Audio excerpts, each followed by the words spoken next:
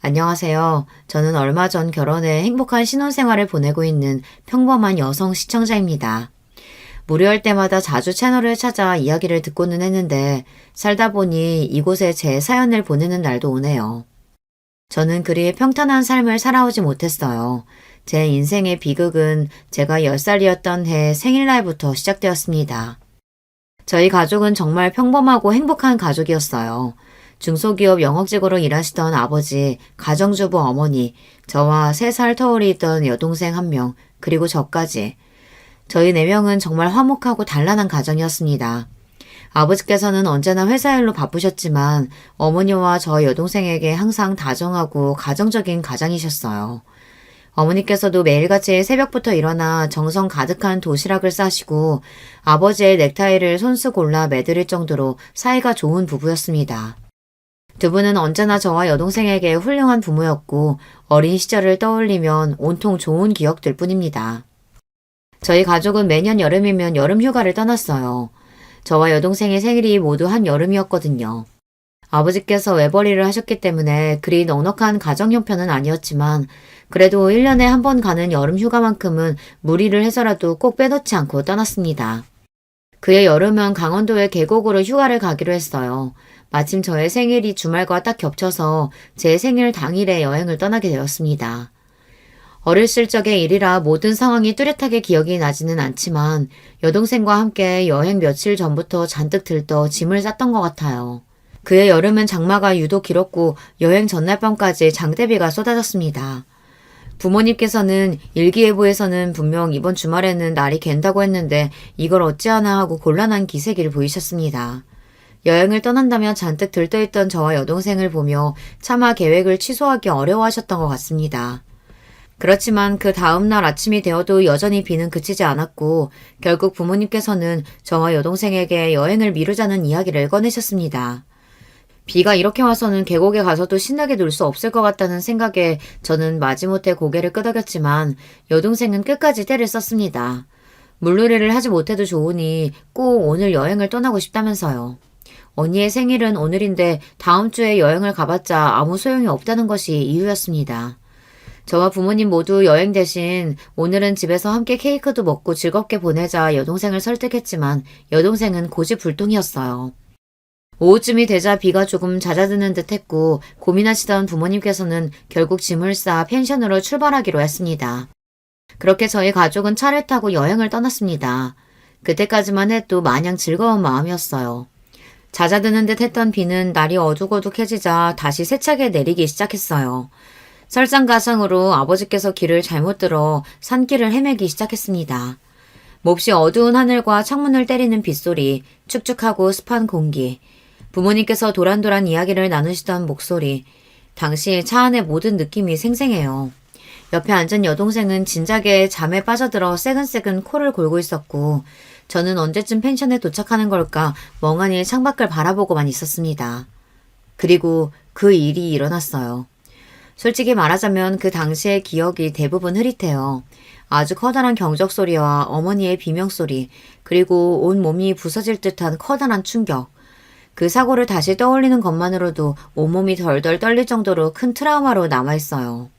지금도 사연을 써내려가며 몇 번이고 숨을 고르내리고 있습니다.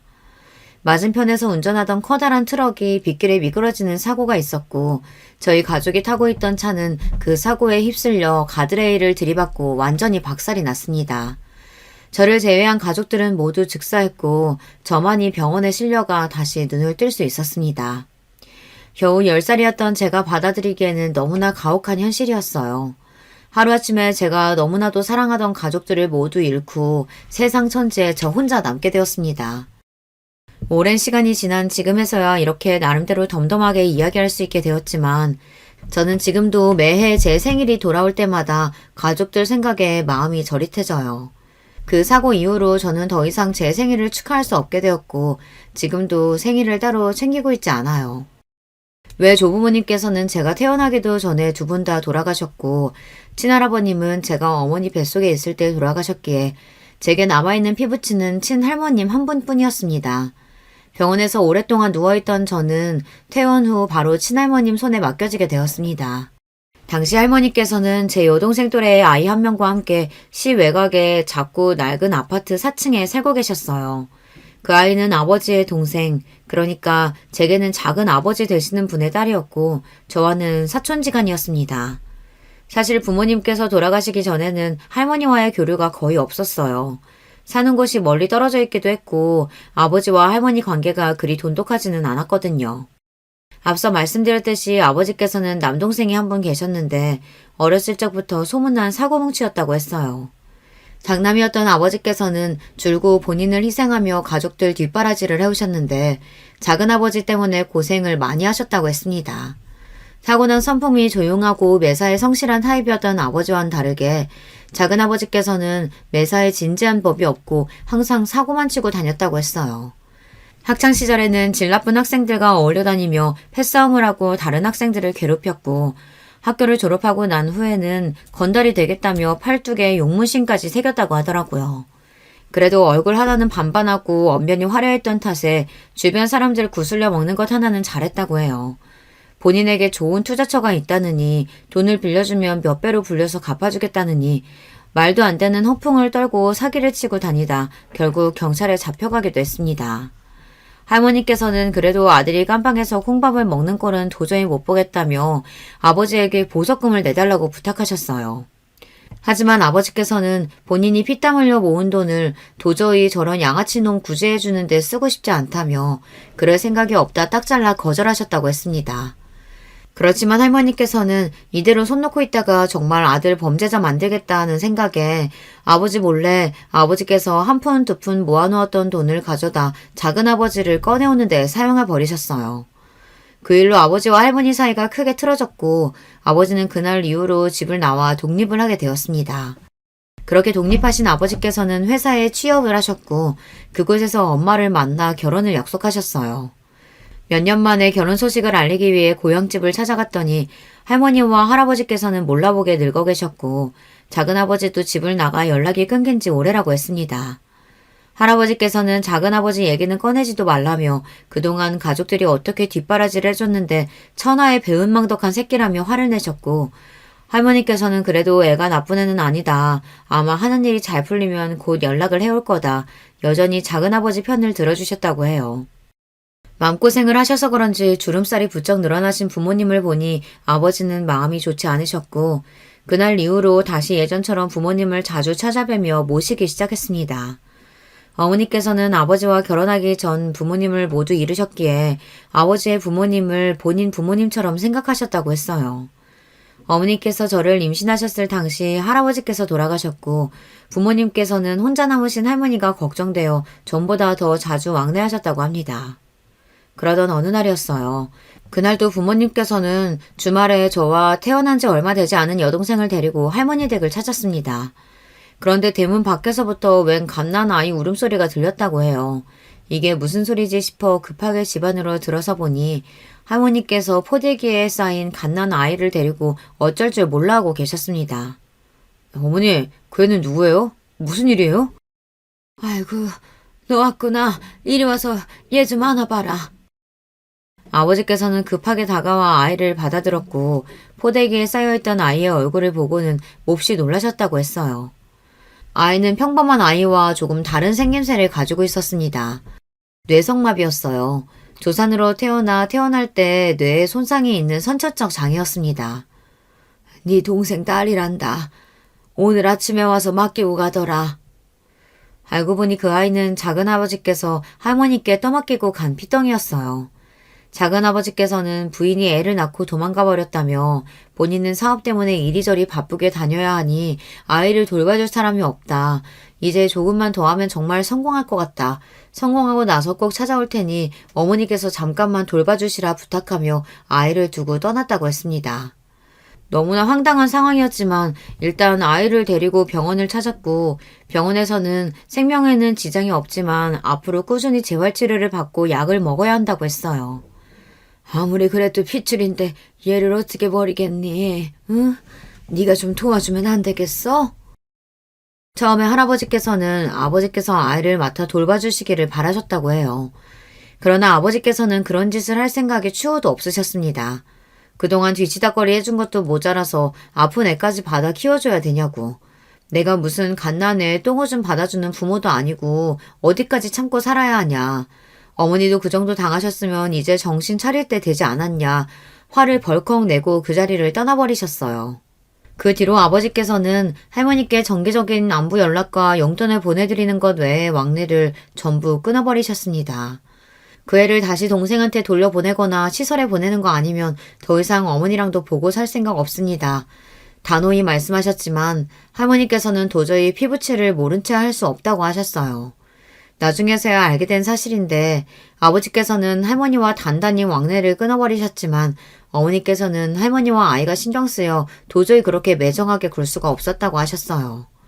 그래서 어머니께서는 아버지 몰래 할머니를 찾아가 아이가 잘 지내고 있는지 확인도 하고 아이와 할머니와 함께 병원도 찾고 장애아 등록도 하고 복지센터 등에 연락해 지원도 받을 수 있도록 여러 가지 도움을 주셨다고 하더라고요. 할머니께서는 지금도 가끔 어머니 얘기를 하시며 그때 제 어머니가 아니었으면 정말 큰일 날 뻔했다며 고맙다는 말씀을 하십니다.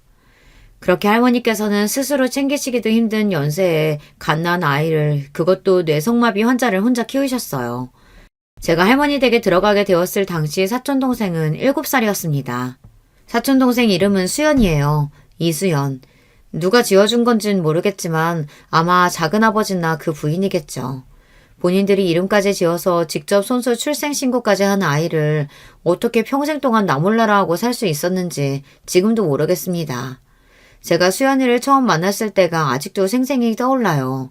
병원으로 저를 데리러 오신 할머니 손을 잡고 오랜만에 낡은 아파트에 도착했을 때 수연이는 보조의자에 앉아 있었어요. 뇌성마비 환자들은 혼자서 몸을 가누기가 힘들어 벨트 같은 것들로 몸을 고정시킬 수 있는 전용 의자나 테이블에서 대부분의 시간을 보냅니다. 당시 어린 저에게 그런 수연이의 모습은 꼭 괴물같이 느껴졌어요. 수연이는 눈도 이상하게 뜨고 있었고 입도 제대로 다물지 않았고 의자에 묶여 고개를 괴상하게 꺾은 채 저를 쳐다보고 있었습니다. 신발장에서 수연이와 눈이 마주쳤고 순간 겁이 나서 할머니 뒤로 숨었던 기억이 나요. 할머니께서는 그런 저를 달래주며 괜찮다. 수연이는 조금 아픈 것일 뿐이다. 먼저 가서 인사를 해봐라 등을 떠미셨고 저는 쭈뼛쭈뼛 수연이 앞으로 다가갔습니다. 안녕하고 기어들어가는 목소리로 인사를 건네니 수연이도 안녕하고 대답하며 고개를 까닥였어요. 물론 몹시 어눌한 말투였지만 대화가 통한다는 사실을 알게 되니 적어도 괴물처럼 느껴지지는 않더라고요. 뇌성마비에도 정도가 있는데 수연이는 다행히도 그리 심한 편은 아니었어요. 증상이 심한 환자들은 고관절이 아예 틀어져 수술을 하거나 철심을 박아넣는 것도 허다하고 가만히 있어도 침이 질질 흐를 정도인 사람들도 있었어요. 수연이는 그 정도로 심각한 경우는 아니었습니다. 다만 다른 뇌성마비 환자들처럼 혼자서 거동이 어려운 것은 마찬가지였어요. 할머니께서는 허리가 많이 굽으신 상태였는데 그런 몸으로 7살 난 아이를 들고 씻기고 재우며 몹시 고생을 하고 계셨습니다. 제가 가장 안타깝게 생각하는 것은 만약 수연이가 어렸을 적에 조금이라도 더 제대로 된 재활치료를 받았더라면 지금보다도 훨씬 상태가 좋아졌을 거라는 사실이에요. 뇌성마비 환자들의 경우 어렸을 적부터 꾸준히 재활치료를 받아야 하는데 수연이는 부모에게서 버려져 병에 대해 무지하신 할머니 밑에서 크는 바람에 살아가는데 아주 기본적인 돌봄 정도만 받으며 자랐거든요. 어머니께서 도와주신 덕에 복지센터를 연결해 일주일에 한 번씩 보호사가 집에 방문해주긴 했지만 그닥 큰 도움은 되지 못했습니다.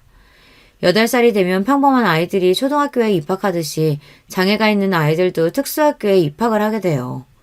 수연이도 8살이 되던 해에 특수학교에 입학하게 되었는데 가장 큰 문제는 바로 등하교였습니다. 혼자서 몸을 가눌 수 없는 뇌성마비 환자들은 일상의 모든 부분을 보호자에게 의지해야 해요. 당연히 할머니께서 매일같이 수연이를 등에 업고 학교를 오고 가셨으며 비가 오나 눈이 오나 마찬가지셨습니다.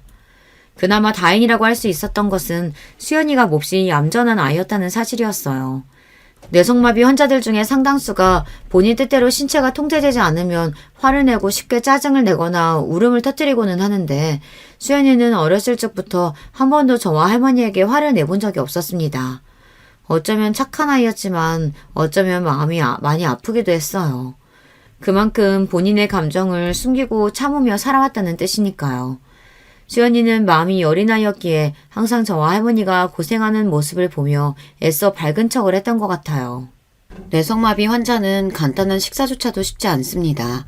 보통 장애가 없는 평범한 아이들이라면 8살쯤 되면 성인과 비슷한 식사를 해요. 가리는 음식이 있을 순 있지만 혼자서 수저를 쥐고 음식을 입에 넣고 씹는 데에는 아무런 문제가 없다는 뜻입니다. 그렇지만 뇌성마비 환자는 이야기가 전혀 달라요. 물론 증상의 정도에 따라 천차만별이지만 많은 뇌성마비 환자들은 혼자서 식사를 하지 못합니다. 수연이도 마찬가지였어요. 할머니께서는 항상 수연이가 먹기 쉽도록 모든 음식을 잘게 잘라서 준비하셨어요. 맵고 짜고 자극적인 음식이나 먹기 힘든 단단하고 질긴 음식은 저희 집 식탁에 올라오지 못했습니다. 애초에 생활비가 나라에서 주는 지원금이 전부였으니 맛있고 질 좋은 식사를 하기 어렵기도 했지만 어렸을 적 제가 제일 자주 먹었던 음식은 라면이었어요. 할머니께서는 라면에 항상 물을 많이 넣으셨어요. 소위 말하는 한강라면이라고 하죠. 면이 푹 퍼져 거의 죽처럼 된 라면을 국그릇에 옮겨 담아 가위로 면을 잘게 자르고 그걸 숟가락으로 퍼서 수연이에게 먹여주셨습니다. 저는 그 맞은편에 앉아 서툰 젓가락질로 면을 넘겼어요. 지금 와서 생각해보면 정말 맛도 없고 영양가도 없는 식사였지만 어린 시절에 저는 라면을 꽤나 좋아했던 것 같아요. 라면이 아니면 주로 맹맹한 된장국이나 미역국을 먹었었는데 적어도 그것보다는 맛이 있었던 것 같거든요. 뇌성마비 환자들의 식사를 마냥 부드러운 것들로만 할 수도 없는 게 뇌성마비 환자들은 지속적으로 근육을 움직여줘야 돼요. 마비가 있는 경우 스스로 계속해서 움직여주며 근육을 풀어줘야 하거든요. 때문에 죽처럼 꿀떡꿀떡 넘어가는 것 말고 어느 정도는 씹을 수 있는 음식을 주는 것이 중요한데 환자들은 혼자서는 턱 움직이는 것조차 힘들어하는 경우가 많다 보니 기껏 음식을 먹여줘도 씹지 못하고 그대로 뱉어버리는 경우도 허다합니다. 철이 든 지금에 와서는 아픈 사람들이 식사에 어려움을 겪는 것이니 어쩔 수 없다고 생각하지만 어렸던 저는 수연이가 음식을 씹다 말고 할머니 손바닥에 뱉어내는 모습이 몹시 비위가 상했어요. 그래서 밥을 먹다 말고 수저를 내려놓고 자리를 떠나버리는 경우도 많았고 수연이가 이상한 소리를 내거나 기괴한 몸짓을 할 때마다 짜증을 내기도 했습니다. 당시에는 정말 모든 게 다 싫었던 것 같아요. 너무나도 사랑하는 가족들을 한순간에 잃은 것도 모자라 좁고 냄새나는 집에서 그닥 친하지도 않은 할머니와 이상한 사촌동생과 하루아침에 함께 살게 되었으니 어린아이가 아무런 불평불만 없이 적응하는 것이 더 이상하죠. 당시 저와 할머니 그리고 수연이가 함께 살던 집은 작은 주방과 거실이 붙어있고 방이 2개 있는 구조였는데요. 좁은 평수 안에 방을 2개나 만들려니 방 1개는 거의 한 뼘 수준으로 작은 크기였어요. 원래는 그곳을 물건을 쌓아두는 창고로 사용하고 나머지 방에서 수연이와 할머니가 함께 잠을 잤었는데 제가 할머니 댁으로 들어가고 나서 억지를 부려 작은 방을 제 방으로 사용하게 되었습니다. 처음에는 큰 방에서 저와 수연이, 할머니 셋이서 함께 잠이 들었는데 뇌성마비 환자는 잠을 잘 때도 편히 자지 못해요. 밤새 끙끙거리거나 몸을 뒤척이고 화장실 한번 갈 때마다 난리법석을 피우고 그런 날이 몇 번 반복되니 너무 힘들고 싫어서 도저히 여기서는 못 자겠다. 나 혼자 방을 쓰게 해달라 고집을 부렸고 할머니께서는 결국 작은 방에 있던 물건들을 전부 꺼내 저 혼자 그 방을 사용할 수 있게 해주셨습니다.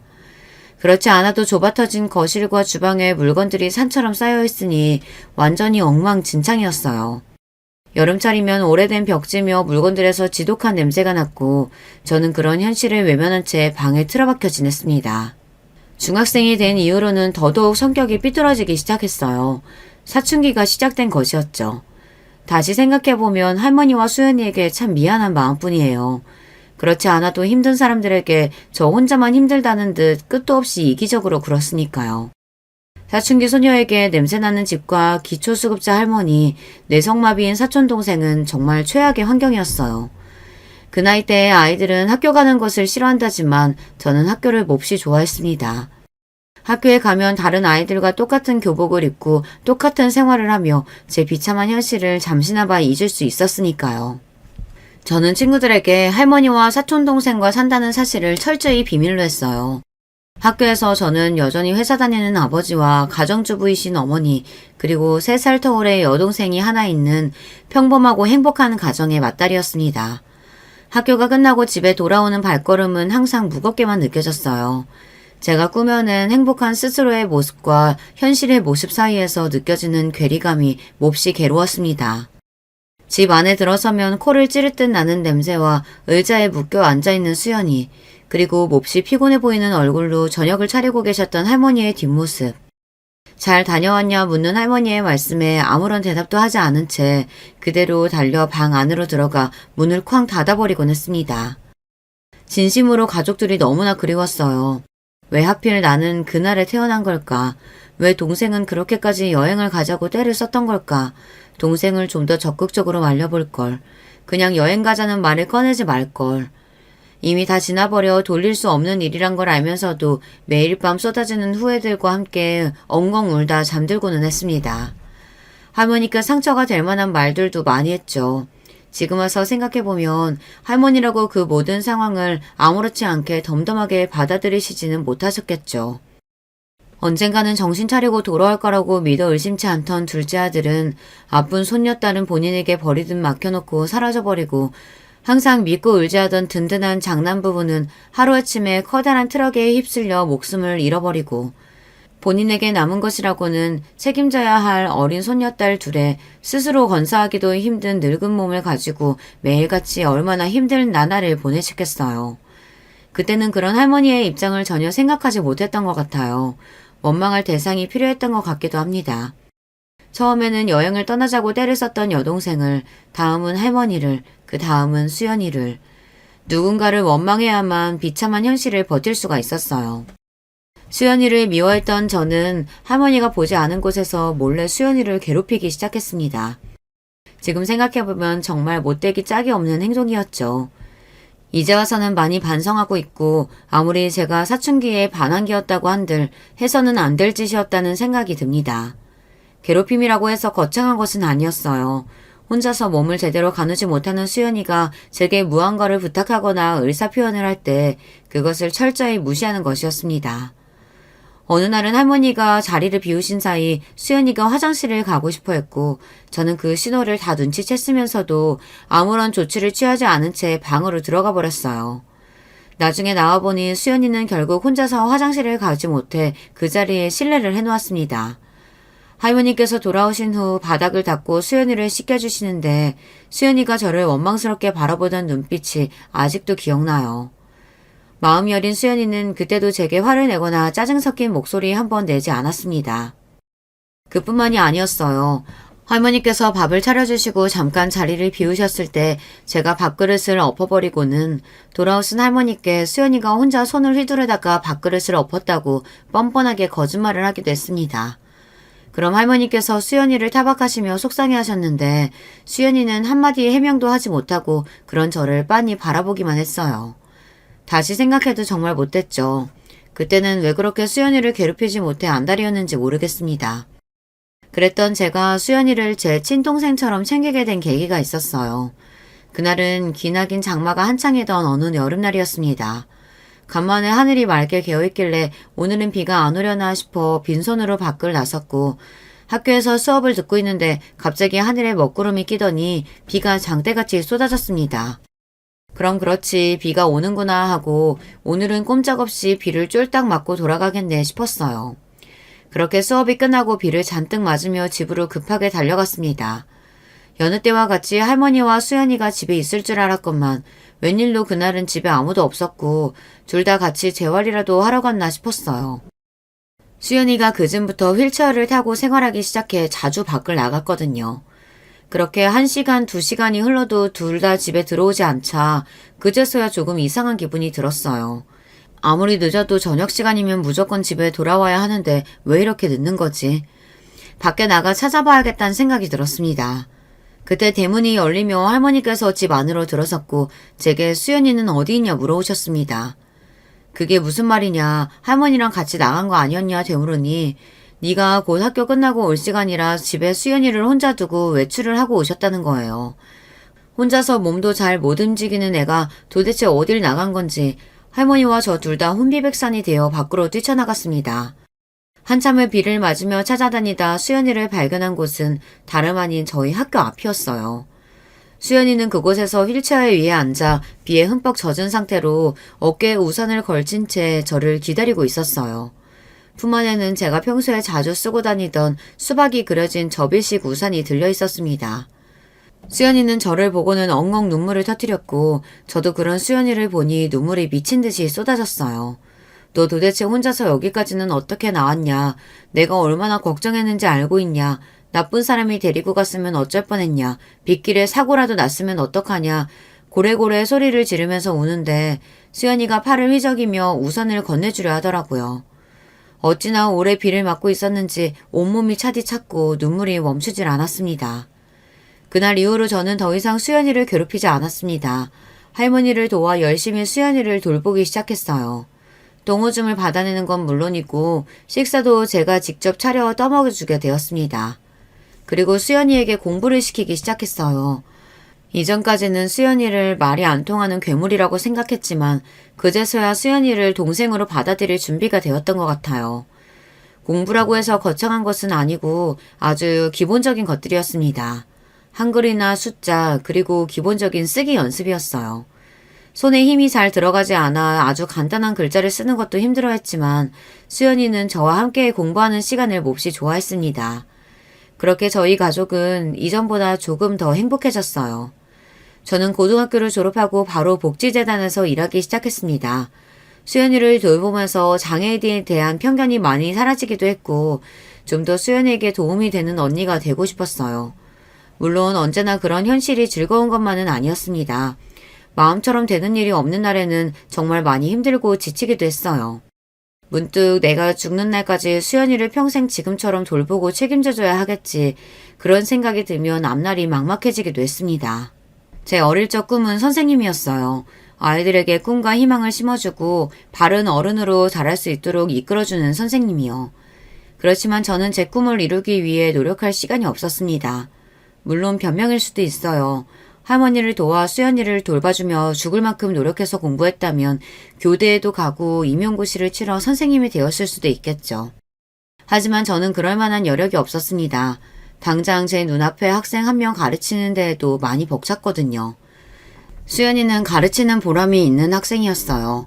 다른 뇌성마비 환자들에 비해 의사소통이 아주 잘 되는 편이었고 느리긴 했지만 혼자서 글자를 수기로 쓸 수 있었습니다. 물론 그 모든 것들은 제가 수연이를 열심히 가르치기도 했지만 수연이 스스로의 엄청난 노력이 있었기 때문이었어요.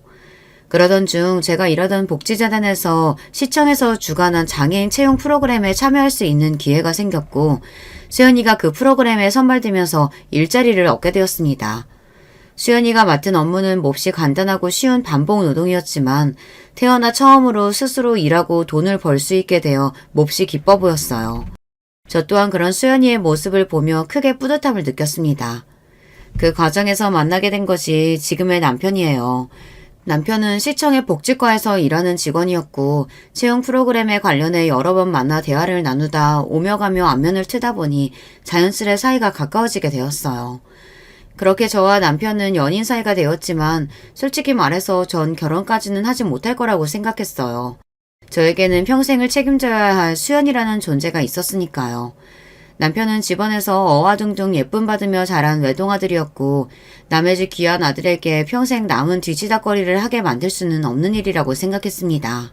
그러던 어느 날이었어요. 그날도 퇴근해서 수연이를 데리고 함께 집에 돌아갔는데 집에 웬 검은 양복을 입은 남자가 와 있었습니다. 할머니께서는 눈물을 보이고 계셨고 깜짝 놀라서 당신 누군데 뭔데 우리 집에 있냐 소리를 질렀어요. 알고 보니 그 남자는 작은 아버지의 개인 변호사셨고 작은 아버지가 돌아가셨기에 저희를 찾아온 것이라고 했습니다. 평생 동안 아무런 연락도 없다가 갑자기 이제 와 어디서 뭘 하다 죽었길래 우리를 찾아오냐. 그 사람 우리랑 상관없는 사람이다 단칼에 끊어내니 변호사는 뭔가를 뜯어내려고 온 것이 아니라 상속받으실 유산이 있어 찾아온 거라고 설명했어요. 평생을 사업하겠다고 큰 소리를 떵떵 치고 다니셨던 작은 아버지께서는 정말 사업가가 되어 성공하셨던 모양이었습니다. 친구와 둘이서 차린 회사가 크게 성공해 공동 경영을 하고 있었는데 부인과 해외여행을 갔다가 그곳에서 사고를 당해 운명을 달리했다고 하더라고요. 변호사라는 그 남자는 경영권은 친구에게 넘어갔지만 작은아버지께서 소유하셨던 회사 주식과 건물들, 각종 자산이 전부 하나뿐인 자식인 수연이에게 상속될 예정인데 장애 등 이런저런 문제로 일단은 할머니 명의로 넘어갈 것이다. 길게 설명을 늘어놓았고 도무지 이해가 잘 가지 않았습니다. 얼마 뒤에 각종 서류 처리를 하고 통장에 찍힌 금액을 보고서야 좀 실감이 나더라고요. 뭐가 뭔진 잘 모르겠지만 평생 아픈 자식 본인 어머니에게 버리듯 떠맡기고 나몰라라 살던 나쁜 놈이 죽으면서 저에게 큰 재산이 생기게 되었다. 그런 상황인 것 같았습니다. 솔직히 처음엔 정말 어안이 벙벙했어요. 이런 드라마에서나 나올 법한 일이 제 삶에 생길 것이라고는 기대도 하지 않았고요. 무엇보다도 그런 페류나 같은 사람이 정말 사업으로 성공해서 잘 살고 있을 거라고는 상상도 하지 못했습니다. 이렇게까지 연락이 없는 거면 어디서 비명행사했거나 거름뱅이처럼 살고 있는 게 아닐까 싶었는데 배신감에 치가 떨렸어요. 어찌되었든 제가 그 돈으로 가장 먼저 한 일은 이사였습니다. 당시 저희가 살고 있던 집은 앞서 말씀드렸듯 몹시 열악한 환경이었거든요. 항상 복지센터로 출퇴근하며 구경했던 고급 빌라로 거처를 옮겼고 수연이가 좀 더 제대로 된 재활치료를 받을 수 있도록 평소엔 비싸서 꿈도 꾸지 못했던 재활센터에 등록을 했어요. 그리고 할머니와 남편 수연이를 데리고 아주 비싼 식당에 가서 즐겁게 식사도 했습니다. 평생 큰돈을 만져본 적이 없으니 그것 말고는 생각나는 것이 별로 없었어요. 또 한 가지 한 일이 있다면 남편의 차를 바꿔준 일이었습니다. 이전까지 저는 면허를 따지 않았기에 멀리 나갈 일이 있으면 항상 남편의 차를 얻어 탔었거든요. 수연이를 데리고 먼 병원에 가거나 나들이를 나가거나 할 때도 마찬가지였고요. 그럴 때마다 남편은 항상 당연히 본인이 기사 노릇을 해줘야지 하며 달갑게 저희를 태워줬어요. 남편이 식당에서 일하기 시작한 해에 샀다는 낡은 아반떼는 세월의 흔적이 여실한 편이었고 수중에 돈이 생기니 남편 차를 바꿔줘야겠다는 생각이 들었습니다. 남편은 부담스럽다며 무슨 차냐, 지금도 괜찮다 말했지만 제가 억지를 부려 차를 바꿔주었어요. 제 돈도 아닌데 뭘 그렇게 마음대로 쓰냐고 하실 수 있겠지만 할머니께서도 항상 남편에게 고마워하며 선물을 해주고 싶어 하셨어요. 그즈음부터 저와 남편은 결혼에 대해 진지하게 이야기하기 시작했어요. 돈이 생기자마자 결혼 이야기를 꺼내다니 남편이 속물이네 생각하셨을지 모르겠습니다. 실은 결혼 이야기는 돈이 생기기 전부터 꾸준히 나왔던 것이었어요. 그것도 남편 쪽에서요. 저는 항상 결혼은 좀 더 천천히 생각해보자. 나는 평생 수연이를 책임져야 하고 아이가 생겨도 아이에게 신경을 잘 못 써줄지도 모른다. 지금 당장은 괜찮다 생각할지 모르겠지만 나중에 분명 후회할 거다 남편을 설득했지만 남편은 단호했습니다. 난 당신을 지금 있는 그대로 사랑하고 결혼해도 후회하지 않을 거다. 평생 외동이라 쓸쓸하게 자랐는데 여동생 한 명 생겼다 생각하면 좋지 않겠냐 우스갯소리를 하면서요. 그런 남편에게 고마운 마음이었지만 그렇다고 결혼을 덥석 약속하기에는 현실적인 문제들이 많았습니다. 주로 경제적인 문제들이었어요. 그렇지만 작은 아버지께서 유산을 남기고 가셨으니 그런 문제들이 대부분 해결될 것 같았고 지금껏 미루기만 했던 인사를 드리러 가기로 마음을 먹었습니다. 솔직히 많이 긴장되었어요. 몇 번 전에 들은 이야기로는 시어머니께서 저를 썩 달가워하시지 않은 것 같은 눈치였거든요. 저라도 그랬을 겁니다. 별 볼 일 없는 직업에 평생 책임져야 할 아픈 동생까지 있는 여자라면 반겨줄 집안이 더 드물 테니까요. 남편은 분명 시어머니께서도 저를 직접 보면 마음이 바뀌실 거라며 걱정 말라 말해주었지만 인사를 드리러 가기 전날 밤 잠을 한숨도 못 잘 정도로 걱정이 되었습니다. 그렇게 양손 가득 선물을 사들고 시댁을 찾았고 시어머니께서는 예상대로 몹시 불만이 가득한 얼굴로 저를 맞아주셨어요. 그래서 지금은 복지센터에서 일하고 있다고? 대학은 어디 나왔나? 저 대학은 나오지 못했습니다. 고등학교 졸업하고 바로 일을 시작했어요. 아픈 동생 때문에 공부를 할 수 있는 상황이 아니었습니다. 그래, 동생이 장애인이라지? 평생 동안 그 짐을 안고 살아야 할 텐데. 근데 부모님은 뭐 하시고 네가 동생을 돌봐? 할머니와 동생과 셋이서 살고 있어요. 어렸을 적부터 할머니 밑에서 자랐어요. 할머니께서 많이 노쇠하셔서 동생을 돌볼 수 있는 상태가 아니십니다. 뭐 할머니 밑에서 살아? 그럼 고아라는 뜻이야? 참나, 내가 살다 진짜 이런 뻔뻔한 년들 다 보겠네. 장애 있는 동생도 모자라서 부모도 없어. 내가 이래서 장애인들은 딱 칠색이야. 나라 좀먹는 거지 새끼들이라니까. 저런 것들 나라에서 돈 아깝게 왜 지원해주나 몰라. 시어머니께서는 제가 부모님도 없이 할머니 밑에서 자랐다는 말에 몹시 성을 내시며 갑자기 장애인들을 전체를 싸잡아 욕하기 시작했어요. 너무나 당황스러워 처음에는 말문이 턱 막히더라고요. 남편은 그런 시어머니를 말렸지만 아무 소용이 없었습니다. 시어머니께서는 이 결혼 절대 허락 못한다며 소리를 고래고래 지르셨습니다. 참아보려 애썼지만 저도 도저히 그런 말을 듣고 아무렇지 않은 척은 못하겠더라고요. 자꾸 거지네 돈이 어쩌네 하시는데 장애인이라고 다 가난한 줄 아세요? 비록 몸은 불편해도 돈돈거리는 어머니보다 마음만은 훨씬 부자인 사람들이에요. 그리고 제가 부담스러워하실까봐 미처 말씀 못 드렸는데 저희 할머니 대우기업 대주주세요. 얼마 전에 남편 차도 제가 바꿔줬고 저희 가족 시청 앞에 고급 빌라 살아요. 나라 좀먹는 거지 새끼들이요? 참나 기가 막혀서. 제 말에 시어머니께서도 말문이 막히신 듯 어안이 벙벙한 표정을 지으셨어요. 저는 거기서 그치지 않고 자리에서 벌떡 일어나 남은 말을 쏘아붙였습니다. 장애인이라고 장애 가지고 싶어서 그렇게 태어났겠어요? 우리도 그저 운이 좋아서 멀쩡하게 살고 있는 거지. 사람 일 모르는 거라고. 누구나 당장 내일 사고 나서 장애인 될지 어떨지 모르는 거예요. 어쩜 그렇게 심부가 못 되셨어요? 사람 돈 없다고 무시하고 고아라고 무시하고 장애 있다고 무시하고. 어머님 그러시는 거 아니에요. 저도 이런 집안이랑은 결혼 못하겠네요. 남편이 저를 쫓아와 나오며 사과했지만 저는 더 이상 대화할 기분이 아니다. 나중에 다시 이야기하자며 남편을 뿌리쳤고 그대로 집으로 향했습니다. 할 말을 참지 않고 다 쏟아내긴 했지만 속이 많이 쓰렸어요. 집에 도착하자 해맑은 얼굴로 저를 맞아주는 수연이를 보니 저도 모르게 눈물이 났습니다. 다음날 아침 시어머니와 남편 둘이서 저희 집을 찾아왔고 솔직히 말하자면 꼴도 보기 싫었지만 남편을 생각해서 꾹 참고 문을 열어주긴 했어요. 내가 어제는 정말 미안했어요. 그동안 아들이 일하면서 당한 게 너무 많아서 오해를 했던 것 같아요. 진심으로 사과할게요. 어제 그렇게 사람을 무시하며 반말을 툭툭 뱉어내던 사람은 어디로 가고 시어머니께서는 제 앞에서 고개를 숙이며 정중한 목소리로 사과를 전해오셨습니다. 하룻밤 만에 180도 변한 태도에 당황스러울 정도였어요. 알고 보니 시어머니께서 장애인에 대한 안 좋은 편견을 가지게 된 이유가 있었더라고요. 남편이 시청의 복지과에서 일하는 직원이라고 했던 것을 기억하고 계시죠. 노인 복지, 저소득층 복지, 다양한 복지들이 있지만 남편이 주로 담당했던 복지는 장애인 복지였는데요.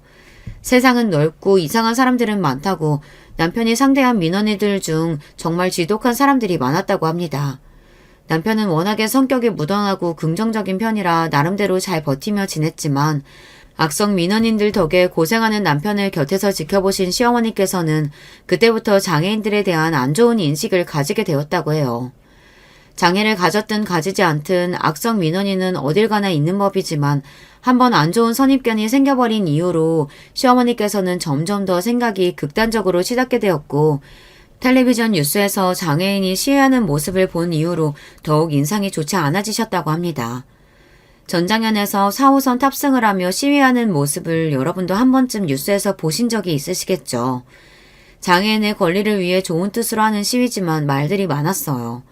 특히 시어머니같이 이미 장애인에 대한 안 좋은 인식이 있는 상태에서 그런 기사들을 접하게 될 경우 생각이 더욱 한쪽으로 기울 수밖에 없었고 그런 상황에서 복지센터에서 일하며 장애가 있는 동생을 떠안고 있는 제가 남편에게 시집을 오겠다고 하니 당연히 날이 선 반응이 나올 수밖에 없었던 겁니다.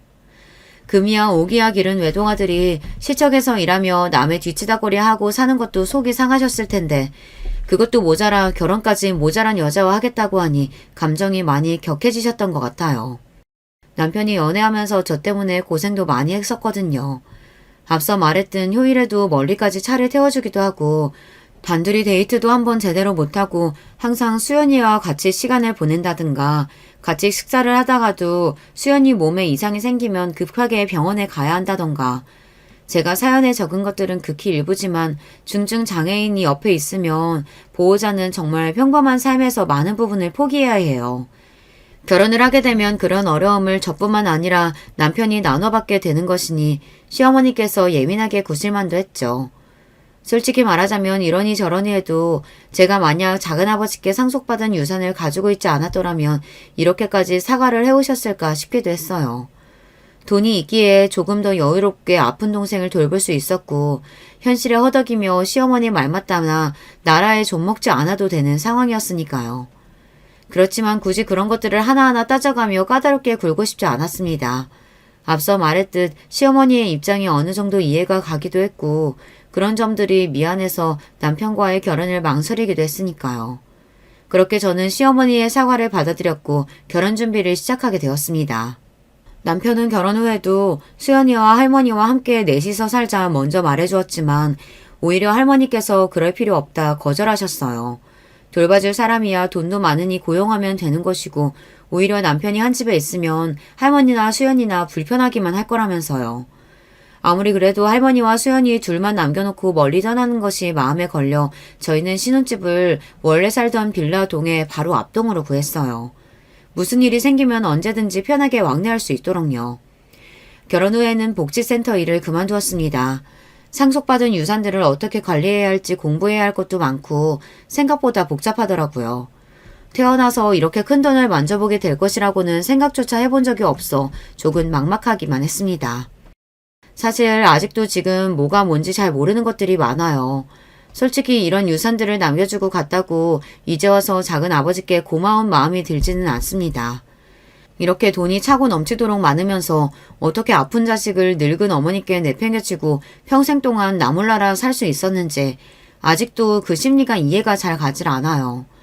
애초에 아픈 자식을 버리듯 맡겨놓고 갔을 때부터 글러먹은 사람이었지만 최소한 인간의 도리는 했어야 하는 게 아닌가 싶습니다.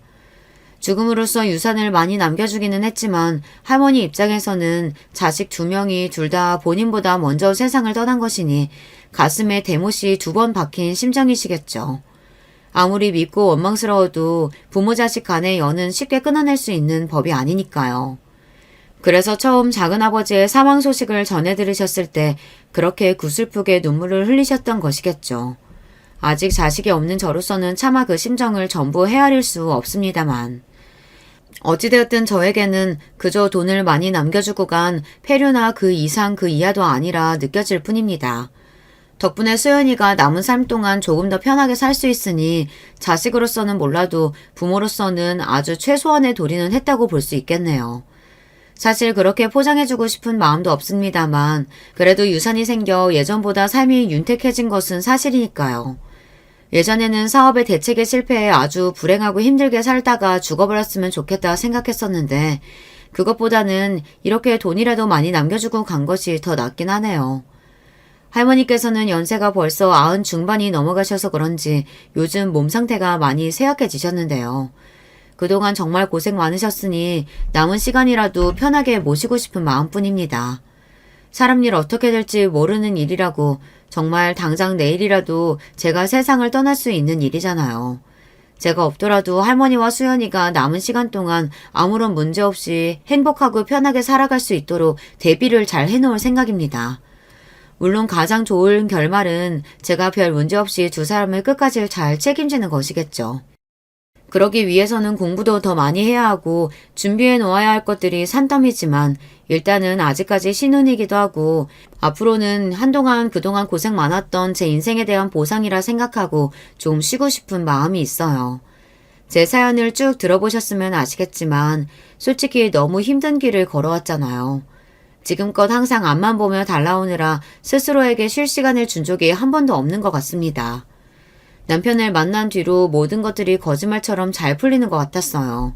돈이 있으나 없으나 제 조건과는 상관없이 남편은 항상 변함없이 제 자리에 서서 저를 든든히 지탱해주고 제가 흔들릴 때마다 저를 단단히 잡아주는 사람이었어요.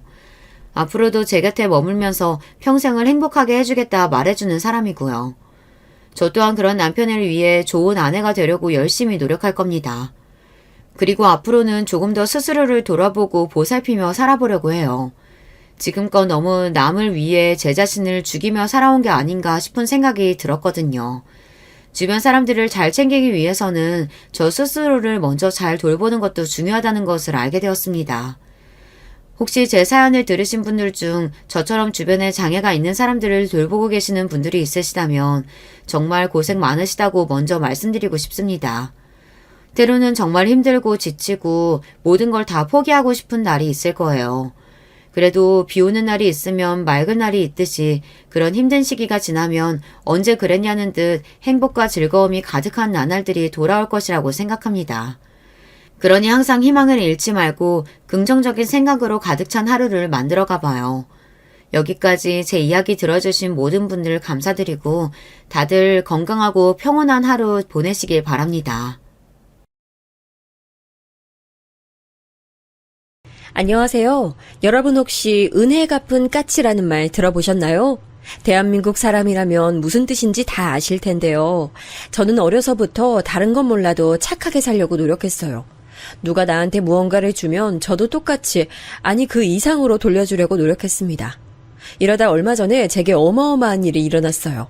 오늘은 그 얘기를 해보려고 합니다. 저는 현재 지방에 거주 중인 40대 초반 여잔데요. 이 얘기의 시작은 제가 홀로 8살 차이 여동생을 키우던 고등학생 때로 돌아갑니다. 저는 제가 고등학교 1학년일 때 부모님이 돌아가셨어요. 교통사고로 갑작스럽게 그 자리에서 바로 돌아가셨죠. 우리 집은 원래 매우 화목했어요. 부모님은 저와 동생에게 다정하셨고 집안 형편도 나쁘지 않았거든요. 그래서 저는 어릴 때 기억은 행복했던 기억만 존재합니다. 부모님 손잡고 맛있는 음식 먹으러 다니고 어린 동생과 놀러 다니기 바빴거든요. 근데 그러다 부모님이 돌아가시고 제 인생에 암흑기가 시작됐어요. 미주야, 큰아빠가 네 부모님 돈은 알아서 관리해줄게. 나중에 성인 되면 제대로 줄 테니까 걱정 말고. 알겠지? 그 대신 미주랑 현주는 여기서 살아. 큰아빠는 돌아가신 부모님의 사망 위로금과 우리 집을 처분한 모든 재산을 가져가셨어요. 그때는 제가 너무 어릴 때라 그런 큰아빠에게 고마움밖에 느낄 수 없었습니다. 어린 저는 저와 동생을 거둬서 본인 집에서 자라게 해준 큰아빠가 감사했죠. 아우, 너희는 무슨 여자애들이 이렇게 밥을 많이 먹어? 라면을 사놓으면 니네가 다 먹잖아. 니네가 나한테 생활비를 좀 오를 줘. 그리고 미주 너는 그냥 공부나 하지 무슨 수학여행을 간다고 하는 거야? 죄송해요. 안 간다고 담임선생님께 제가 말씀드릴게요. 하지만 큰아빠와 큰엄마는 우리 자매를 매일 구박했어요. 큰아빠 부부는 아들만 한 명 있었습니다. 사촌 오빠를 데리고 셋이 한우를 먹으러 간 사이 동생과 제가 배가 고파 라면을 끓여 먹으면 왜 먹냐 구박하셨죠. 친척이라곤 큰아빠밖에 없던 터라 그대로 당하기만 했습니다. 또 현실적으로 제가 너무 어린 동생을 데리고 집을 나가면 갈 데가 없었어요. 그때 너무 속상했던 사실은 동생이 제대로 먹지 못했다는 거예요. 날이 갈수록 마른 동생을 보고 얼마나 속상했는지 몰라요. 그러다 제가 18살 때 큰아빠네 집에서 나오게 되는 계기가 발생했습니다. 언니, 나 배고파. 아까 학교에서 먹은 급식이 다야. 큰엄마 몰래 뭐라도 먹으면 안 돼? 나 너무 배고파서 잠이 안 와. 그래? 잠시만 기다려. 언니가 그럼 부엌에 가서 뭐라도 가져올게. 조심스럽게 방을 나가 부엌에 갔더니 식탁 위에 귤이 있더라고요. 한두 개도 아니고 꽤 있길래 동생 먹을 귤 하나만 가지고 방에 왔습니다. 2개를 가져가서 저도 먹고 싶었는데 그럴 수 없었어요. 2개를 가지고 가면 우리가 가져갔다는 게 티가 날 것 같았거든요.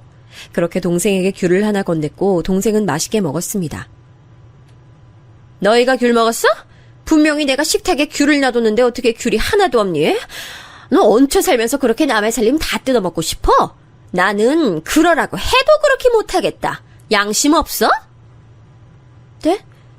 귤을 먹기는 했는데 하나만 먹었어요. 절대 다 먹은 거 아니에요. 정말이에요.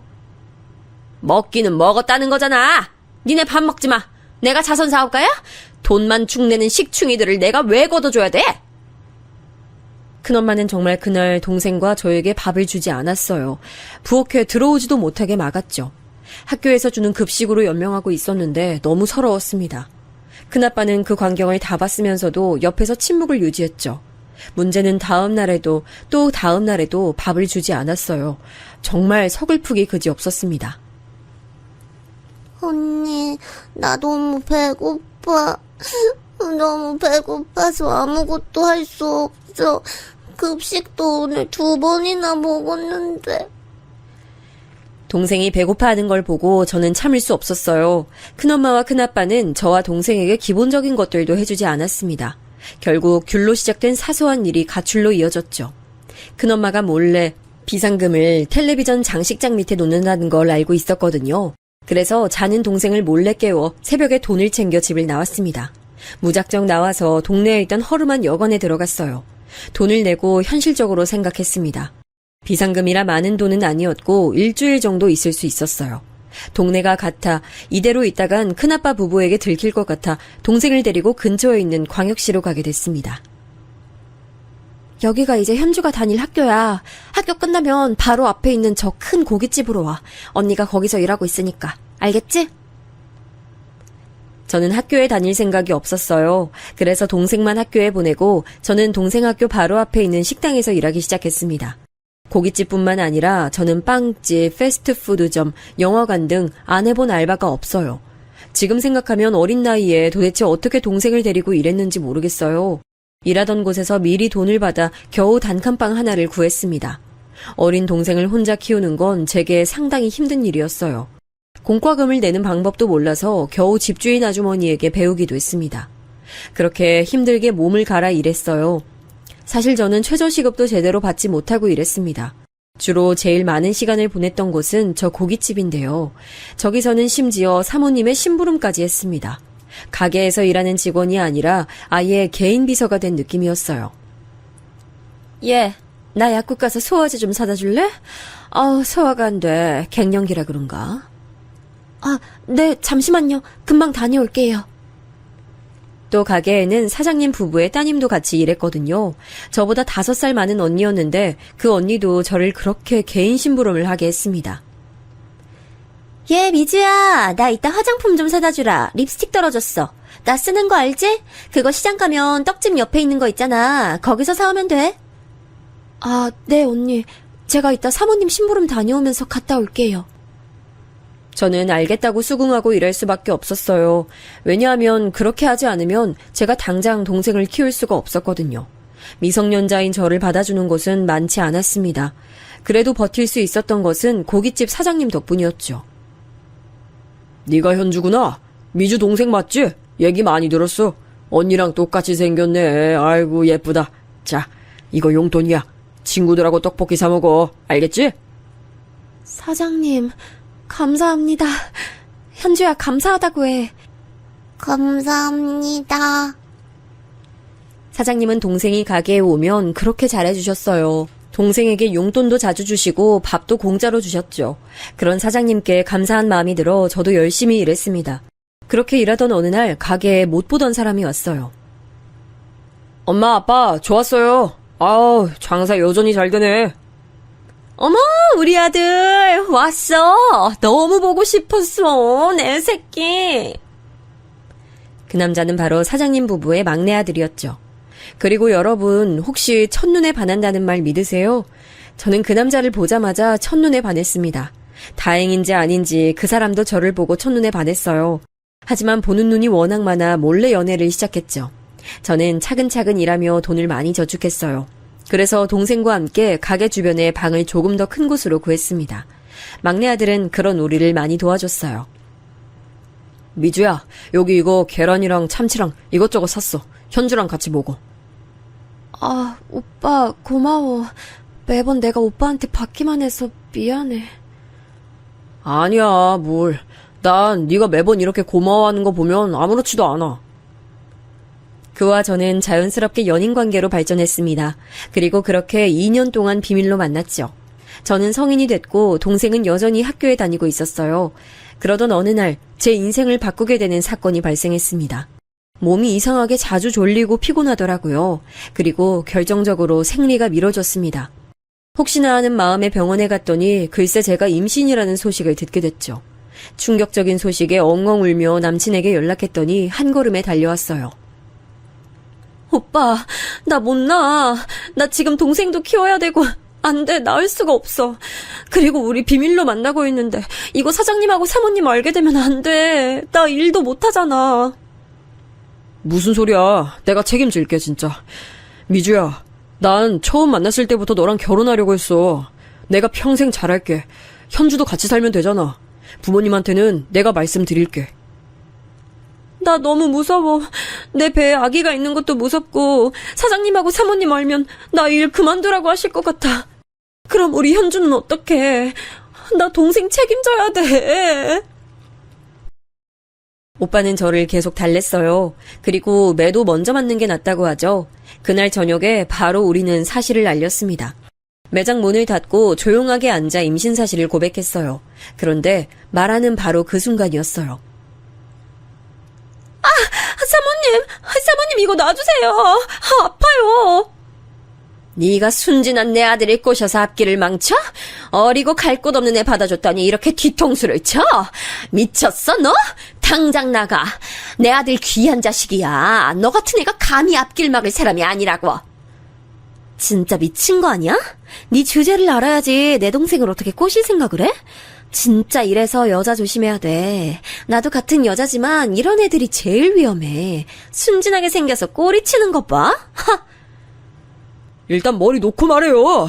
미주야, 괜찮아? 지금 미주 배 안에 우리 아이도 있단 말이에요. 당연히 환영할 거라고는 상상하지 않았어요. 하지만 이렇게 대놓고 면전에서 욕먹고 머리채를 잡힐 거라곤 상상도 못했습니다. 저는 말 그대로 너무 큰 반대에 심호흡을 겨우 했죠. 일단 우리도 생각할 시간이 필요해.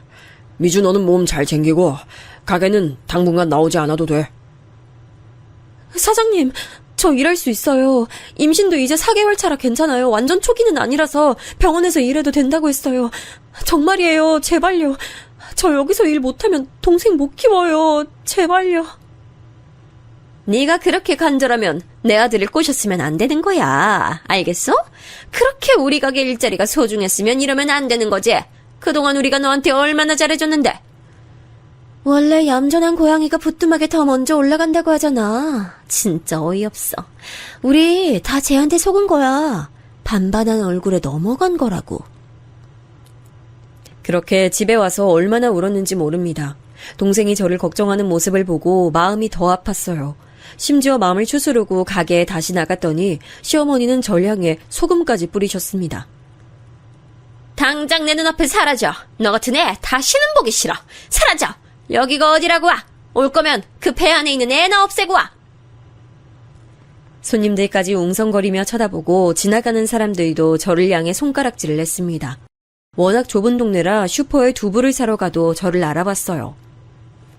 임신했다며? 아유, 어린데 어쩌다 그랬대? 저기 고깃집 사장님 부자인 거는 어떻게 알고 잘 꼬셨어? 아유, 대단하다. 왜 다들 저한테만 그러세요? 그리고 저는 고깃집 사장님 부자인 거 몰라요. 제가 그런 걸 어떻게 알아요? 그만 쳐다보세요. 그만. 저는 마트에서 급기야 울기까지 했어요. 지금 생각하면 그때라도 다른 지역으로 도망갈 걸 그랬나 봐요. 아무튼 이런 불안한 저를 남편은 계속 옆에서 달래줬습니다. 그렇게 출산 막달이 다가왔어요. 그때까지도 시부모님은 제 얼굴도 보지 않으려고 했죠. 시어머니는 제 그림자만 봐도 소리 지르기 바쁘셨습니다. 이런 제가 어떻게 결혼했는지 아세요? 사실 나는 우리 가게에 물려받을 생각이 전혀 없었거든. 근데 내가 그냥 아버지한테 무릎 꿇고 말했어. 내가 가게 물려받을 테니 후임자 이제 더 찾아다니지 않아도 된다고 했어. 우리 누나는 힘든 일 싫다고 이미 딱 잘라서 말한 상태였거든. 내가 가게 물려받는 조건으로 미주 너랑 결혼할 수 있게 됐어. 남편 말을 들어봤더니 자식이라고 2명 있는 집안에서 둘 다 그 큰 고깃집을 물려받지 않길 원했대요. 이렇게 말하면 가끔 의아하다고 하는 분들이 계시는데 아마 자영업을 하던 분들이라면 무슨 뜻인지 알 거라고 저는 생각해요. 식당이 돈은 많이 벌어도 정말 힘들거든요. 또 고깃집이라 몸을 쓰는 일도 많았고 손님들 상대하는 것도 힘들었어요. 그걸 시누이와 남편은 바로 옆에서 봤으니 물려받기 싫었겠죠. 남편은 그래서 일부러 대학도 다른 지역으로 갔거든요. 무튼 그런 남편이 가게를 이어서 하겠다고 하니 철옹성 같은 시아버지가 드디어 우리 결혼을 허락하셨습니다. 가게를 물려받기로 했으니 미주 너도 더 열심히 일해야 돼. 이제는 예전처럼 그냥 직원이 아니야. 이제 네 가게야. 알겠지? 네, 저도 남편 따라서 열심히 주인의식 가지고 일하도록 하겠습니다. 감사해요. 그렇게 저는 결혼식도 올리지 않고 결혼했어요. 제 인생에 과연 결혼이라는 일이 일어날까 싶었는데 결실을 맺었죠. 다른 것은 전혀 문제되지 않았는데 동생이 마음에 걸렸어요. 시어머니의 확고한 조건이 있었거든요. 결혼하면 우리 집 가풍 배워야 되니까 무조건 네가 들어와서 살아. 제 동생은요? 얼마든지 들어가서 살 순 있는데 동생을 제가 키워야 돼요. 그렇게 소중하면 왜 우리 동생 꼬셔서 임신한 거야? 동생도 같이 살게 해주세요. 제가 최대한 거슬리지 않게 할게요. 동생 조용하고 밥도 많이 안 먹어요. 제발요. 저는 거의 빌고 빌어서 동생까지 같이 시댁에서 살 수 있었어요. 방이 남지 않아 동생은 우리 방에서 같이 살았죠. 그리고 어느 정도 예상하고 들어갔지만 시집살이는 매우 심했습니다. 출산해서 몸도 약한 저를 시어머니는 매일같이 새벽부터 깨우셨어요. 예, 지금 뭐하니? 얼른 일어나 밥해. 시아버지랑 시어머니한테 아침상 차릴 생각을 해야지. 넌 지금 애가 무슨 기본도 안 돼 있어? 시아버지 드시고 출근하면 그때 네가 밥을 먹는 거야. 알겠어? 그리고 빨리 저기 가서 걸레로 바닥 닦아. 네 눈엔 먼지가 안 보여? 지금 그걸 먹을 생각이 있니? 아유, 빨리 화장실 가서 청소해. 아까 보니까 물때가 잔뜩이더라. 넌 그걸 보면서도 청소할 생각이 안 들어? 시어머니는 아침부터 밤에 잠이 들 때까지 계속해서 잔소리하셨어요. 그리고 제가 힘들었던 것은 마치 저와 아기를 이간질하는 듯한 모습이었습니다. 아유, 생긴 건 우리 아들하고 똑같이 생겼네. 너무 예쁘다. 역시 우리 아들 유전자가 큰일을 했네. 어쩜 이렇게 닮았지? 이목구비부터 발가락까지 닮았어. 엄마, 뭔가 귀는 나랑 똑같지 않아? 아, 완전히 그냥 우리 집안 유전자만 있어. 시어머니와 시누이는 저보고 들으라는 듯 행동했어요. 그러면서 제 아들을 마치 자기 자식처럼 대했습니다. 아이가 커가면서 그 행동은 더 심해졌어요. 아이고, 왜 울어? 네 엄마가 잘 안 돌봐줘서 그래?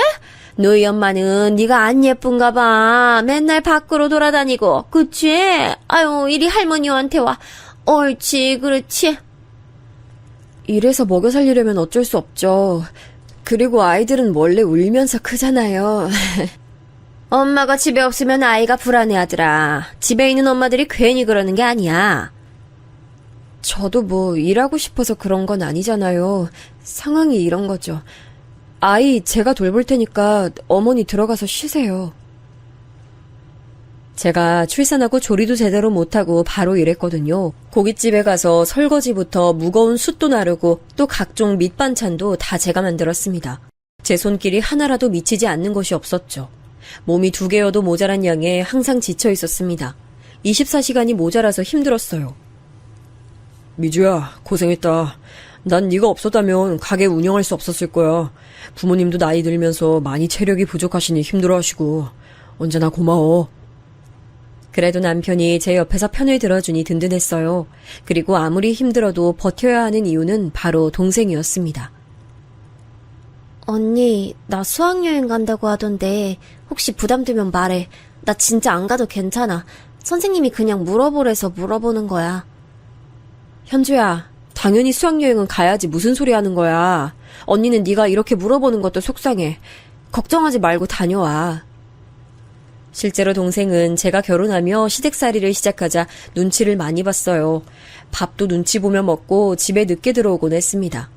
그런 동생이 성인이 되어 대학에 입학할 때까지는 저는 시어머니의 시집살이를 알면서도 당할 수밖에 없었어요. 제가 특히 힘들었던 건 바로 명절이었습니다. 시댁이 큰 집이라 명절 땐 온갖 친척들이 다 시댁으로 모였어요. 예, 빨리 이 음식들 가져다 드려. 그리고 잡채 어딨어? 저는 어디다 놨어? 아니, 왜 이렇게 행동이 느려? 아우! 잠시만요. 현주야, 언니 좀 도와줘. 아까 분명 여기다 놨는데 어디 갔지? 언니, 잡채 여기 있어. 내가 가서 놓고 올게. 동생과 저를 마치 그 집 하인처럼 부리는 시어머니는 당연하게 시키셨어요. 심지어 시누이는 소파에 가만히 앉아서 입으로 일하더라고요. 올케, 거기 지금 김치 없잖아. 김치 냉장고에서 김치 꺼내야 될 것 같은데. 가서 가져와. 아, 그리고 오면서 냉동실에서 나 아이스크림 가져다줘. 시어머니도 시어머니지만 저는 시누이가 그렇게 얄미울 수 없더라고요. 바빠 죽겠는데 저렇게 시킬 때도 저는 표정 관리를 하지 못했어요. 그런 제 얼굴을 보며 시누이는 일부러 더 말을 걸기도 했습니다. 올케, 설마 지금 기분 나쁜 거 아니지? 내가 지금 뭐 어려운 부탁한 거 아니잖아. 그치? 아니지? 네, 아니에요. 일단 저 지금 바빠서 부엌 다시 가볼게요. 속으로 참을 인을 얼마나 새겼는지 모릅니다. 제가 이렇게 얄미운 시집살이를 견뎠던 이유는 바로 동생 때문이라고 했잖아요. 그리고 한 가지 이유가 더 있었어요. 바로 시아버지였습니다. 시아버지는 늘 우리 자매를 보면 인자하게 웃어주셨어요. 그리고 제가 잊지 못할 사건이 하나 있는데 바로 동생이 대학에 갔을 때죠. 동생은 사립대와 국립대 둘 다 붙게 되었는데 가고 싶어 하던 대학은 사립대였습니다.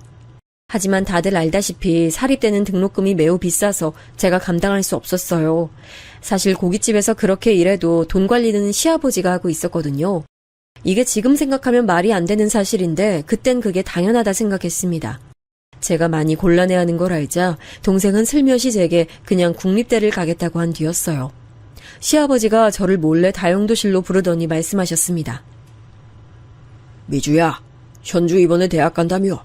내가 4년 내내 등록금을 준다고 약속은 하지 못해. 그래도 첫 번째 등록금은 내줄 수 있어. 걱정 말고 원하는 대학에 가라고 해. 아버님, 정말요?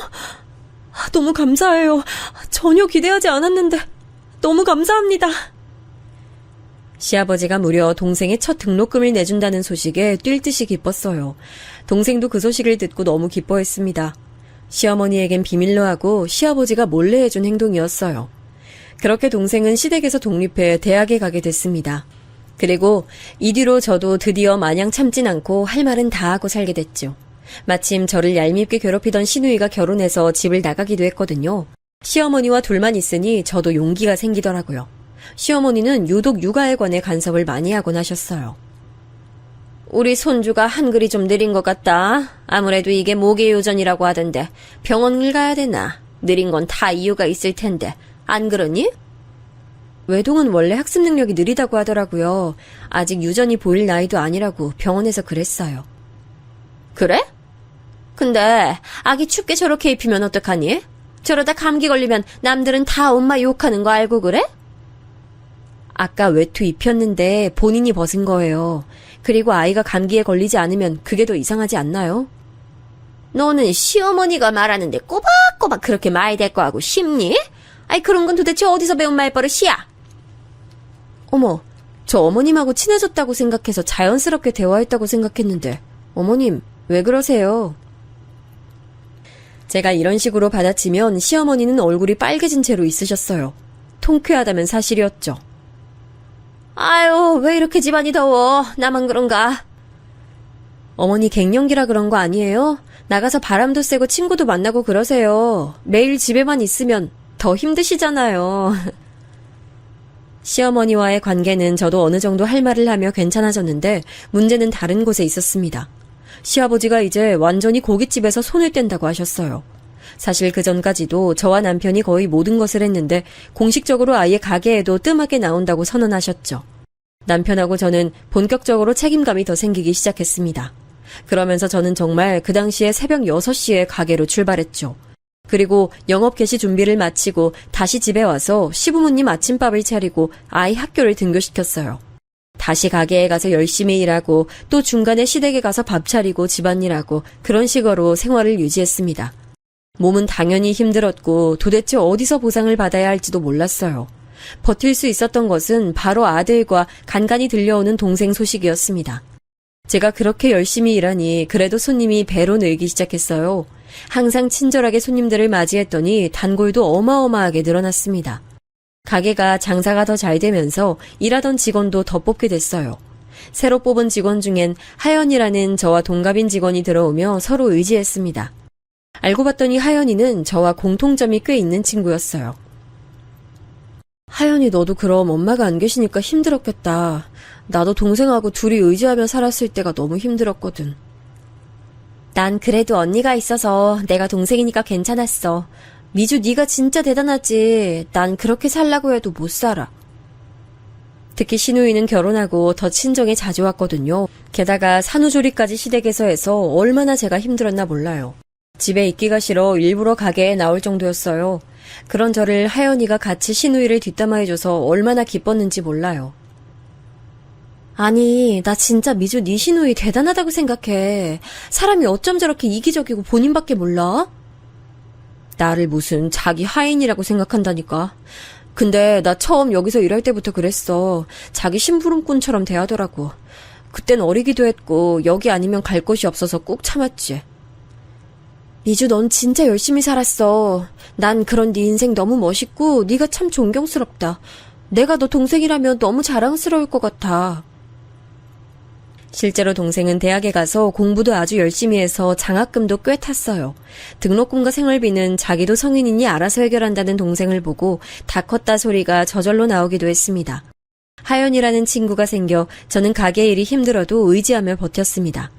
그러던 어느 날 시아버지가 갑자기 집에서 쓰러졌다는 소리를 듣고 남편과 불이 나게 지역에 있는 가장 큰 대학병원에 갔습니다. 아이고, 어떡해. 아이고, 의사 선생님. 제발 우리 남편 살려주세요. 저 이 사람 없이 절대 못 살아요. 제발요. 일단 진정하세요. 지금 병명은 간암이고 말기입니다. 간을 이식받아야 살 수 있는 상태예요. 간 이식자를 찾는 게 가장 급한 일입니다. 병원에서 알게 된 소식은 시아버지가 무려 간암 말기라는 것이었죠. 그리고 간 이식을 위해선 혈액형이 중요하다는 소식을 알게 됐습니다. 시아버지의 간암 소식에 시댁은 아주 큰 중대한 가족회의를 열었습니다.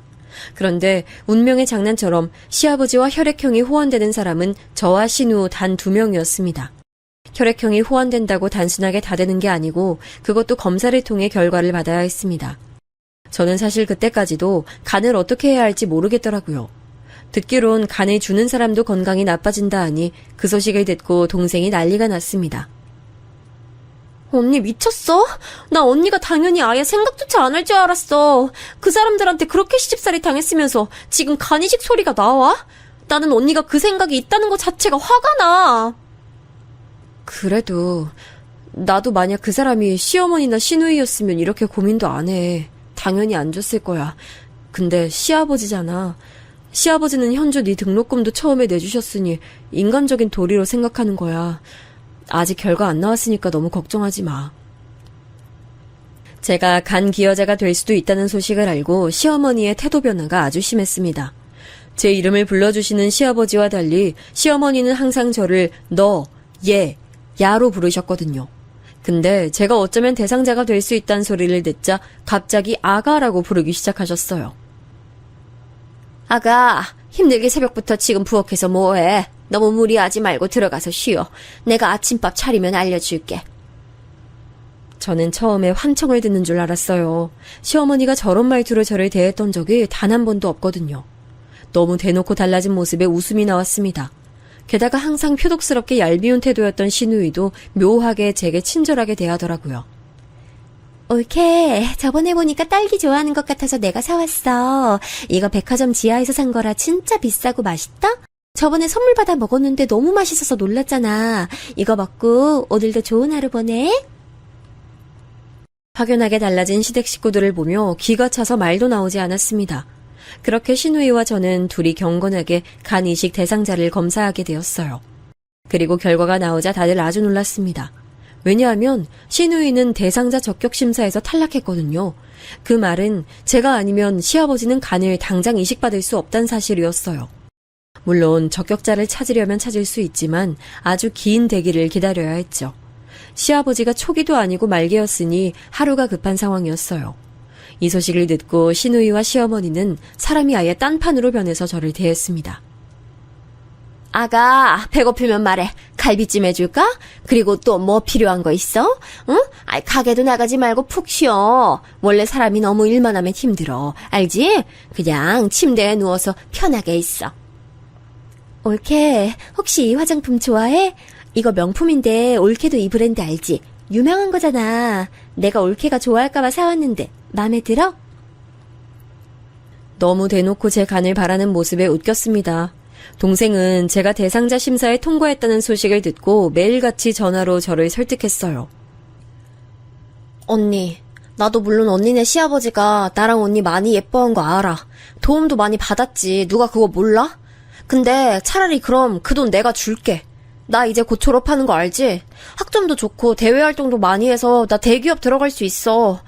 제발, 나 언니 몸 망가지는 거 싫어. 어떻게 보면 지금 우리 가게 물려주신 것도 다 시아버지고 내가 요즘 고민이 많아. 현주 네가 언니 생각하는 건 아는데 일단 고민해볼게. 아니, 나는 언니가 고민하는 거 자체가 싫다고. 그냥 싫어. 아, 무슨 간을 줘. 언니가 그 집에서 받은 게 있어? 하다못해 뭐 사랑이라도 받았어? 나는 그 집에서 살았던 기간 생각하면 너무 속상하단 말이야. 현주야, 네 마음은 언니가 알아. 근데 사람이 어떻게 내 뜻대로 행동해. 실제로 저는 시아버지에게 받은 게 많아서 그랬기도 했지만 사실 남편 때문에 고민했어요. 남편은 제가 유일한 간이식 대상자란 소식을 듣고 울면서 무릎을 꿇고 제게 빌었거든요. 미주야, 내가 너 아기 가졌을 때 평생 책임진다고 했던 거 혹시 기억나? 내가 그 말 지키려고 정말 많이 노력했어. 너도 알지? 나는 남편, 아빠로서 최선 다했어. 미주 너도 물론 얼마나 열심히 헌신했는지 알아. 근데 우리 아버지한테 간을 줄 수 있을까? 내가 앞으로 더 잘할게. 진짜 당신이 원하는 거 다 들어줄게, 제발. 남편이 울면서 비는 모습을 보니 마음이 너무 아프더라고요. 물론 저도 사람이라 그동안 당했던 시집살이를 생각하면 시어머니가 미워서라도 주고 싶지 않았습니다. 하지만 시아버지와 남편을 생각하니 큰 용기를 낼 수 있었어요. 그렇게 저는 중대한 결정을 내리게 됐습니다. 제가 간을 시아버지에게 주겠다고 하자 시어머니와 시누이는 울며 저를 쓰다듬었어요. 고맙다. 정말 고맙다. 내가 이 은혜 평생 잊지 않을게. 그동안 미안했다. 너무 미안했어. 나를 용서해. 아이고, 미안하다. 내가 올케 그동안 얄밉게 대해서 너무 미안해. 앞으로 남은 인생 내가 갚으면서 살게. 진짜 이 은혜 절대 잊지 않을 거야. 그리고 시아버지는 저를 따로 불러 아주 고맙다며 제 손을 꼭 잡고 말씀하셨어요. 미주, 네가 처음에 우리 가게에 일하러 왔을 때가 생각난다. 어렸던 네가 동생 손을 잡고 일할 수 있냐고 물었을 때 내가 그냥 돌려보내지 않았던 게 내 인생에서 가장 잘한 선택이었어. 고맙다. 앞으로 우리 가족은 너희 자매에게 최선을 다할게. 저도 아버님이 잘해주지 않으셨으면 이런 결정 내리기 힘들었을 거예요. 그렇게 저는 간을 이식하겠다는 결정을 내렸고 당연히 동생은 제게 진지하게 화를 냈습니다. 난 진짜 언니 이해할 수가 없어. 지금이라도 좋으니까, 아니 수술 직전이라도 좋으니까 언제든지 마음 바뀌면 연락해. 나 당장 달려갈게. 아니야. 그냥 내가 병원에 그날 같이 갈게. 내가 다른 건 몰라도 동생 하나는 잘 둬서 이렇게 호강하네.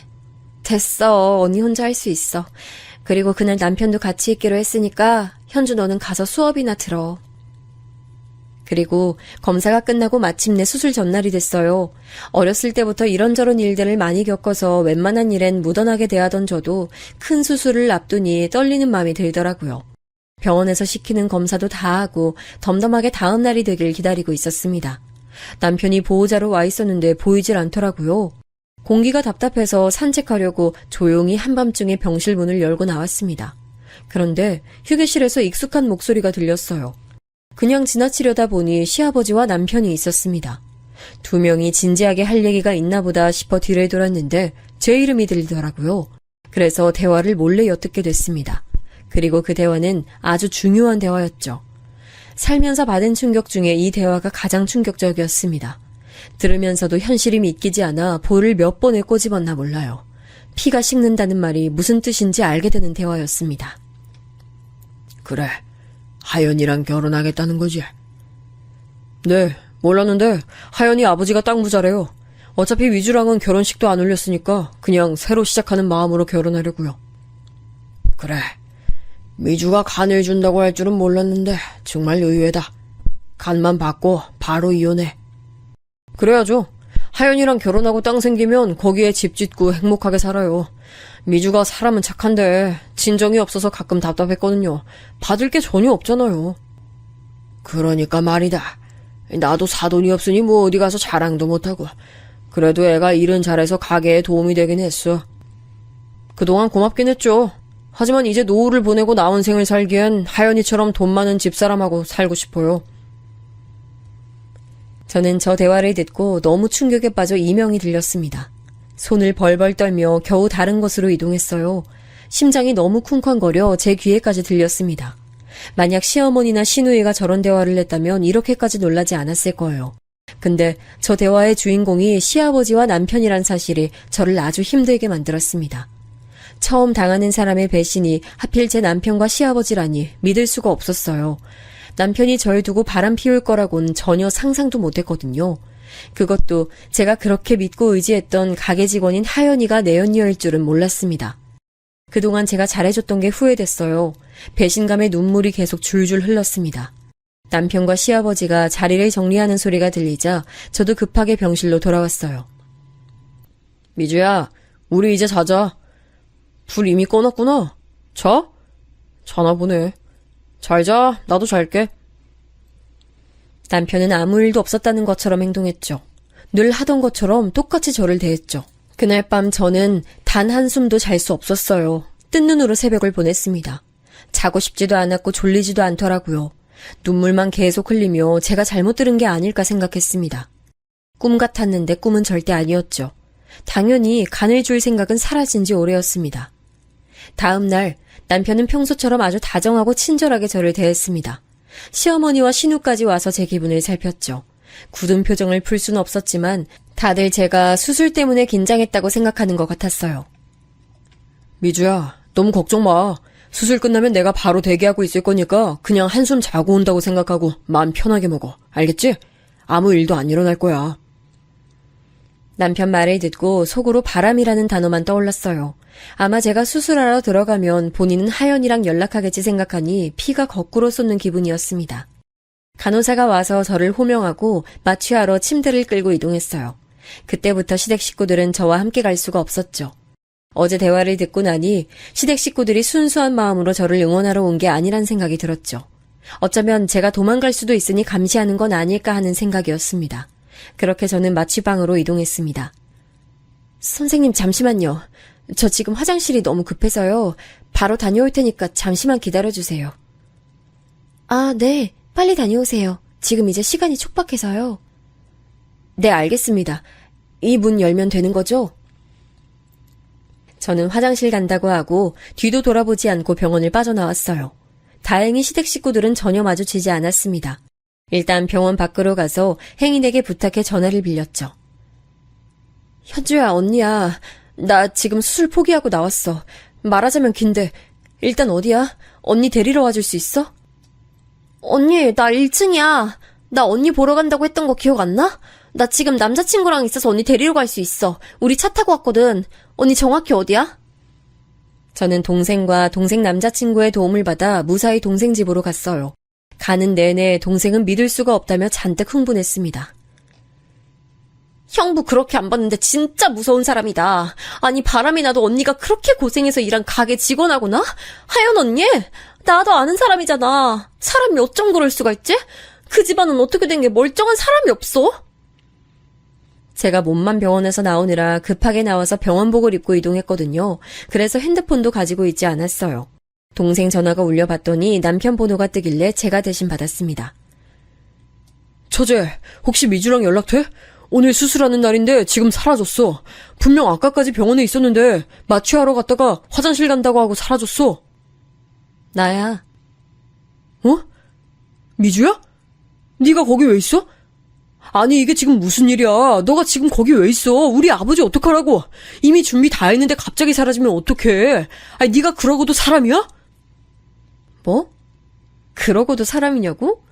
그 말 내가 해야 되는 거 아니야? 네가 지금 제정신이야? 나 어제 너랑 니네 아빠가 하는 말 들었어. 바람 폈다고 하연이랑 땅 부자? 좋겠다 당신. 그리고 뭐 이혼하겠다고? 미주야, 잠시만. 그거 다 오해야. 잠시만, 이거 진짜 오해야. 우리 만나서 얘기하자. 진짜 아니야. 나랑은 결혼식도 안 올렸는데 하연이랑은 올릴 생각하고 있더라. 나 진짜 당신 가족들이라면 이제 지긋지긋해. 살면서 다시는 보지 말자. 아들은 내가 데려갈 거니까 그렇게 알고 나 법적 싸움 끝까지 갈 거야. 미주야, 잠시만, 오해야. 미주야! 제 이름을 애타게 부르는 남편 전화를 매몰차게 끊었어요. 눈물이 많이 났지만 그래도 제 소중한 간을 주지 않아도 된다는 사실에 제 마음을 편하게 만들었습니다. 동생의 전화로 계속 시댁 식구들이 번갈아 연락이 왔지만 절대 받지 않았죠. 그 뒤로 시댁을 방문하긴 했어요. 바로 이혼 서류를 제출하기 위해서였죠. 그 사람들 정말 우습지도 않더라고요. 어떻게 그렇다고 당일에 사라질 수가 있어. 네가 그러고도 사람이야, 어? 그 말은 당신 아들한테 하세요. 가게 직원하고 바람난 게 사람이에요? 내가 그동안 가게랑 시댁에 어떻게 했는지 알면서. 내가 잘못했어. 제발 한 번만 다시 생각해줘, 미주야. 제발. 내가 잠시 머리가 어떻게 됐었나 봐. 미안해. 내가 너무 미안해. 됐어. 난 이제 당신 가족들하고 할 말 없어. 하연이와도 마지막으로 얼굴 보고 얘기했어요. 하연이는 제게 미안하다고 고개를 못 들더라고요. 나는 너를 진짜 평생 나와 함께할 인연이라고 생각했어. 근데 어떻게 네가 이러니? 내가 그동안 네 편이 많이 봐줬다고 생각하는데. 미안해. 내가 결혼하고 싶어 했던 거 알잖아. 순간 눈이 멀었었나 봐. 정말 미안해. 미주 너한텐 할 말이 없어. 다행히 이혼 서류는 잘 처리됐습니다. 아들도 엄마인 저를 따라가겠다고 하는 마음이 확고해서 통쾌했습니다. 무엇보다 저 집안과 인연을 끊을 수 있다는 게 너무 기뻤어요. 더는 시집살이 당하지 않아도 되고 가게에 새벽부터 나가서 일하지 않아도 된다니 속이 시원합니다. 인생사 인과응보라고 하죠. 제가 가게에서 안 보이자 소문이 확 퍼졌다고 하더라고요. 그렇게 잘 됐던 고깃집이 완전히 망해서 손님이 별로 오지 않는다는 말을 듣고 너무 통쾌했습니다. 저는 지금 지방에서 혼자 살고 있는데요. 아마 다음 달이면 동생과 집을 합쳐 서울에서 새로운 시작을 할 것 같아요. 동생은 지금 만나는 친구와 결혼 예정인데 그 전에 저와 같이 지내고 싶다고 하더라고요. 서울에서 새로운 제 삶이 정말 기대돼요. 지긋지긋한 시댁 사람들에게 벗어난 제 인생을 여러분도 응원해 주셨으면 좋겠습니다. 제 사연은 여기까지인데요. 들어주셔서 정말 감사합니다. 행복한 하루 보내시길 바랄게요.